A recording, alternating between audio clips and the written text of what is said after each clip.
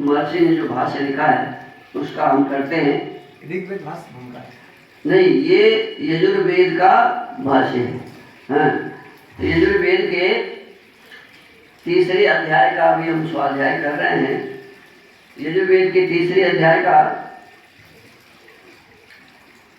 30वां मंत्र है। ओम मानः शंसो अररुषो धूर्ते प्रणं मर्त्यस्य रक्षानो ब्रह्मणस्पते। इस मंत्र के ऋषि हैं मान इत्यस्य सप्ततिथिर वारुणिर ऋषि ब्रह्मणस्पति देवता निश्चित गायत्री छंद सर्जा स्वर पुनः स किमर्था प्रार्थनीय इत्युपदिश्यते। फिर भी उस परमेश्वर की प्रार्थना किस लिए करनी चाहिए, इस विषय का उपदेश अगले मंत्र में किया है। कहते हैं माँ निषेधार्थे न अस्माकं संसंत्यस्तुवन्ति यस्मिन् स अररुषः ददाति स ररिवान् न ररिवान् न ररिवान् तस्य धूर्ते हिंसा प्रणश्यतु। अत्र लूढर्थ लू मंत्रेह शरणरण इति श्लीलुट् च मर्त्यस्य मनुष्यस्य मर्त्य इति मनुष्य नामसु पठितम् निघंटु। देखिए इसमें कहा, हे ब्रह्मणस्पते जगदीश्वर, आपकी कृपा से हमारी वेद विद्या कभी नष्ट मत हो। देखिए प्रार्थना है, परमात्मा से क्या प्रार्थना है कि वेद विद्या हमसे नष्ट न हो। और जो अररुषः दान आदि धर्म रहित परधन ग्रहण करने वाले मनुष्य की हिंसा अर्थात द्रोह है, उससे हम लोगों की निरंतर रक्षा कीजिए। अर्थात हम कृपण न बने, हम दान देने वाले बने, हम हिंसा करने वाले न बने, हम हिंसा से रहित और हिंसक बने, हम धर्म रहित न बने, हम धर्म सहित बने, हम पर धन ग्रहण करने वाले नहीं बने, हम दूसरों को धन देने वाले बने। इस प्रकार की प्रार्थना इस वेद में है। तो हम आप यदि परमात्मा से प्रतिदिन ऐसी प्रार्थना करें तो केवल प्रार्थना करने से हम ऐसा बन जाएंगे, ऐसा तो नहीं होगा, ऐसा बनना पड़ेगा। तो प्रतिदिन नियमित रूप से हमें पढ़ना भी चाहिए और उस प्रकार का प्रयास भी करना चाहिए। कहते हैं भावार्थ मनुष्यों को बीच में व्यवस्था है, वेद के स्वाध्याय पढ़ना चाहिए, अखंड नहीं देखो चलता के बाद देती हूँ। मनुष्यों को सदा उत्तम उत्तम काम करना और बुरे बुरे काम छोड़ना तथा किसी के साथ द्रोह व दुष्टों का संग भी न करना। देखिए कितनी अच्छी बात है, माने उत्तम उत्तम काम हमें करना चाहिए। ये तीसरे अध्याय का 30वां नहीं श्लोक वेद में नहीं होता है, मंत्र। यजुर्वेद में 1975 मंत्र है, इसमें सूक्त नहीं होता, इसमें केवल अध्याय और मंत्र होता है। यजुर्वेद में 40 अध्याय हैं और 1975 मंत्र हैं। तो इसमें तीसरा अध्याय है और तीसरे अध्याय का 30वां मंत्र है। अगर हम यजुर्वेद में देखें तो मिल जाएगा बिल्कुल। यजुर्वेद के तीसरे अध्याय का 30वां मंत्र, ठीक है ना, 3:30 याद रखिएगा। यजुर्वेद 3:30।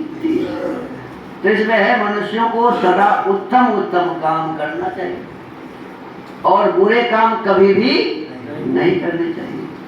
फिर कहा कि किसी से द्रोह नहीं करना चाहिए, किसी दुष्टों का संग नहीं करना चाहिए और धर्म की सदा रक्षा करनी चाहिए, परमेश्वर की सदा उपासना करनी चाहिए, स्तुति और प्रार्थना निरंतर करनी चाहिए।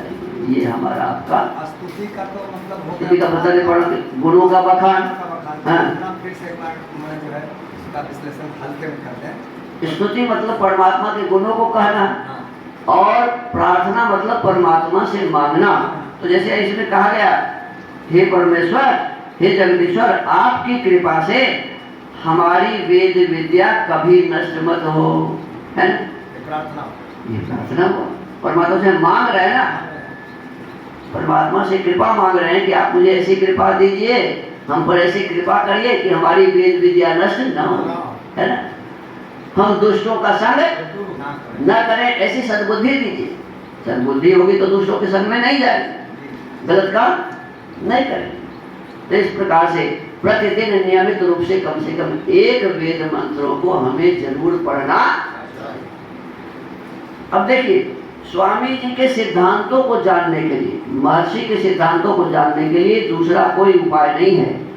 उन्होंने एक पुस्तक लिखा है इसके लिए, जिसका नाम है सत्यार्थ प्रकाश, और सारे दुनिया में प्रसिद्ध है। अभी मैं कलेक्टर के पास जाता हूँ, SP, DSP, SDO सबके पास जाता हूँ, उनसे पूछता हूँ कि आपने इसको पढ़ा है? तो अंशतः ये मुझे कहते हैं इसके बारे में तो पढ़ा है, ये बहुत अच्छी पुस्तक है, लेकिन मैंने इसे नहीं पढ़ा, लेकिन आपने बड़ी कृपा की है कि आपने दिया है, तो अब मैं इसे पढ़ूंगा। महिला होती है तो कहती पढ़ूंगी। मैंने कलेक्टर भी 3500 में बांट दिए, हजारों प्रतियां मैंने उसमें हो गया, 3000-4000 हो गया। मैंने अभी तक अधिकारियों को दिया, और अब रही बात की पढ़ते फिर कितना है, इन्होंने प्रयास। हाँ जी, प्रयास किया है, और लोगों ने आश्वासन भी दिया, कलेक्टर भी आश्वासन दिए हैं, BDO भी आश्वासन दिए हैं, सब दिए कि इसको मैं पढ़ूंगा, आपने अच्छा काम किया है, हमें उपलब्ध कराया। 40 तो देखिए महीने भी मंगवाया, समझे आचार्य, 40 महीने भी मंगवाया राजस्थान से, धूमल प्रवाद न्यास, जी। और हमने भी सबको ये कह करके दिया कि इसको पढ़िएगा, थोड़ी सी भी बदलाव शायद हो, लेकिन खैर देखिए, तो कहने का ये अर्थ है कि सत्यार्थ प्रकाश को प्रतिदिन नियमित रूप से पढ़ने से ऋषि के सिद्धांत से हम अवगत होंगे, उनके निकट होते चले। अब सत्यार्थ प्रकाश में देखिए भूमिका है, भूमिका में थोड़ा सा मैं आपको का दिग्दर्शन करता हूँ। भूमिका में क्या लिखते हैं इसे, भूमिका में ही सारे पुस्तक की बातें लिख देते हैं। इस पुस्तक में क्या है वो बताते हैं। यह ग्रंथ 14 समोल्लास अर्थात 14 विभागों में रचा गया, माने चैप्टर, अध्याय में रचा गया है। इसमें 10 समोल्लास पूर्वार्ध माने पहले वाला, और 4 उत्तरार्ध में बने हैं, तो 14 हो गए। लेकिन कहते हैं परंतु अंत के 2 समोल्लास माने 13 और 14 पहले वाले में नहीं था। पहले उन्होंने छपाया था 75 में, उसमें ये दोनों नहीं था। उस समय 12 समोल्लास वाला सत्यार्थ प्रकाश ही था। फिर 82 ईस्वी में जब वो छपाए तो कहते हैं कि परंतु अंत के 2 समोल्लास और पश्चात 100 सिद्धांत किसी कारण से प्रथम नहीं छप सके थे, अब वे भी छपा दिए हैं। 100 सिद्धांत में 100 मंतव्य प्रकाश उनका किताब है कि मैं क्या मानता हूँ। प्रथम समोल्लास में ईश्वर के ओंकार आदि नामों की व्याख्या है। पहला जो इसमें चैप्टर है, इसमें परमात्मा के कितने नाम हो सकते हैं इसकी व्याख्या है। कल DSP मिले थे मुझे पिछले वाले प्रखंड में पटना के, तो उन्होंने कहा बहुत चर्चा की इसके संबंध में। मैंने कहा कि आप इसको पढ़ लीजिए तो ये आपके अज्ञान दूर हो जाएंगे। बहुत सारी चर्चा हुई। द्वितीय समोल्लास में संतानों की शिक्षा, बच्चों को कैसी शिक्षा देनी चाहिए, थोड़ा सा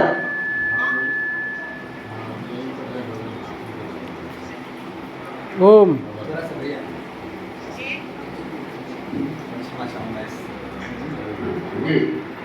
द्वितीय समोल्लास में संतानों की शिक्षा बने, अपने बच्चों को कैसी शिक्षा देनी चाहिए। तृतीय समोल्लास में है कि ब्रह्मचर्य क्या है, पठन पाठन की व्यवस्था कैसे करनी चाहिए, और सत्यासत्य ग्रंथ कौन है, और पढ़ने पढ़ाने की क्या रीत है, कैसे पढ़ना चाहिए और कैसे व्यवस्था। पढ़ने की अलग हो गई और पढ़ना पढ़ाना है ना। तो ये पढ़ेंगे तो हमें पता चलेगा कि किस प्रकार की शिक्षा कैसे कहाँ देना चाहिए। चतुर्थ समोल्लास में लिखा है कि विवाह कैसे लोगों का होना चाहिए, गृहस्थ आश्रम में कौन जाए, पति पत्नी के साथ व्यवहार कैसा हो, समाज में लोगों के साथ हमारा व्यवहार कैसा रहे, गृहस्थ आश्रम कैसा हमारा हो। ये चौथे समोल्लास में। 5वें समोल्लास में है कि बाबा जी कैसे होने चाहिए। आजकल दाढ़ी बढ़ा लिया, बाबा जी बन गया, कपड़ा पहन लिया, बाबा जी बन गया, चानन कर लिया, बाबा जी बन गया। अरे कपड़ा, चानन और दाढ़ी कैसे बाबा जी नहीं होते, बाबा जी कैसे होते हैं, ये 5वां समोल्लास पढ़ लीजिए। वानप्रस्थ और संन्यास समझ में आ जाएगा। और वानप्रस्थ संन्यास वालों को ही बाबा जी कहते हैं, है ना।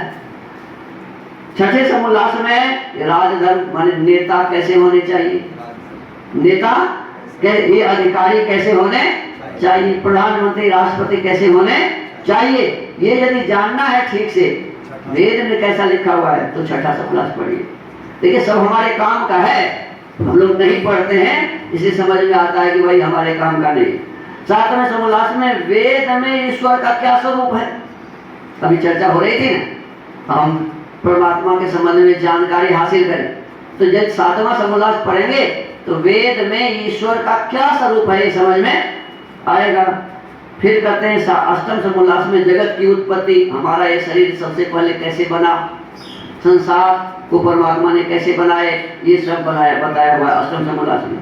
नवम समोल्लास में विद्या क्या है, अविद्या क्या है, बंध क्या है और मोक्ष क्या है, इसकी चर्चा है। दसवें समोल्लास में आचार क्या करना चाहिए, अनाचार क्या नहीं करना चाहिए, भक्ष्य क्या खाना चाहिए, अभक्ष्य क्या नहीं खाना चाहिए, ये वर्णन है।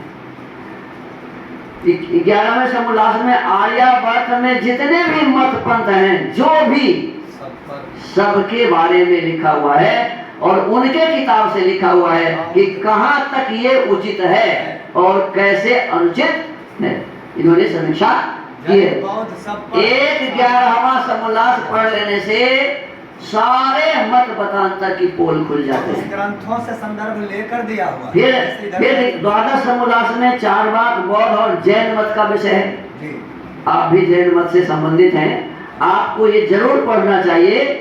और जैन, बौद्ध और चारवाक इन्हें नास्तिक मत कहते हैं, ध्यान रखिए, इसे नास्तिक मत कहते हैं, ये ईश्वर को नहीं मानते। तो नास्तिक मत जो है वो क्या है और चारवाक, जैन और बौद्ध कैसे नास्तिक हैं, उन्हीं के पुस्तक से ये बताया हुआ है।